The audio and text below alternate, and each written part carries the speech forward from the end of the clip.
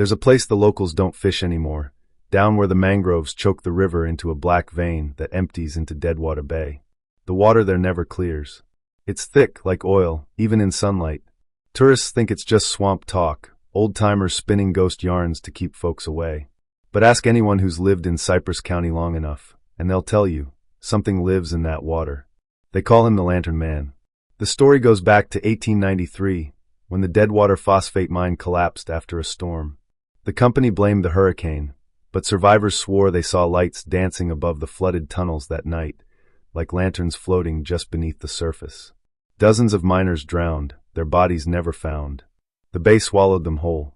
For years afterward, fishermen found strange catches tangled in their nets, fish with translucent skin, shrimp that glowed faint green even after they died.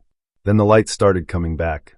It happens when the tide is low and the humidity's so heavy you can taste the salt in your throat.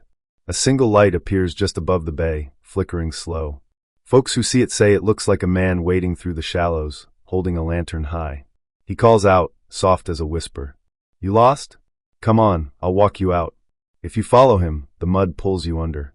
If you run, the light follows. Old Miss Ivy at the marina swears she lost her husband that way in '72. Said he'd gone out with a bottle and a headlamp to check the crab traps. They found his skiff the next morning, the light still burning, rope cut clean through, not a mark of struggle. The bay was calm as glass. Locals started hanging mirrors near their docks. They say the Lantern Man hates to see his own reflection, that it reminds him he's still drowning. A few years back, some YouTuber tried to debunk the story. Brought drones, infrared gear, the whole deal. His channel went dark after the upload froze halfway through. For 3 frames before the static, you can see the bay at night, no lights, no movement, except for one faint glow beneath the surface, rising slow, right under the camera.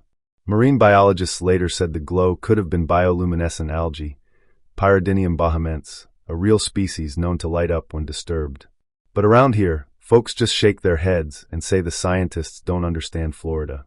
They don't understand how the ground still breathes in some places, how the air hums like it's remembering something, how sometimes, when the moon hits the mangroves just right, you can see shapes moving between the roots, carrying lanterns made of bone. And if you ever find yourself lost near Deadwater Bay and see a light flicker on the horizon, don't wave it down, because it'll wave back.